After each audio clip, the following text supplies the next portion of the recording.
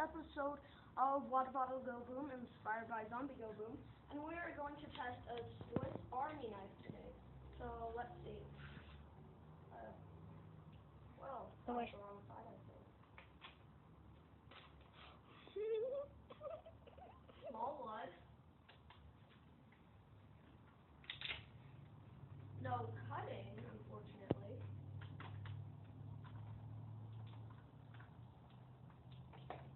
And let's see the damage. So from the Swiss Army knife, we have a huge thing. If this was a human, definite death. And a puncture wound, probably if survived, would be pale from blood loss. And if you're trying to kill a water bottle, this is a really great way to do it.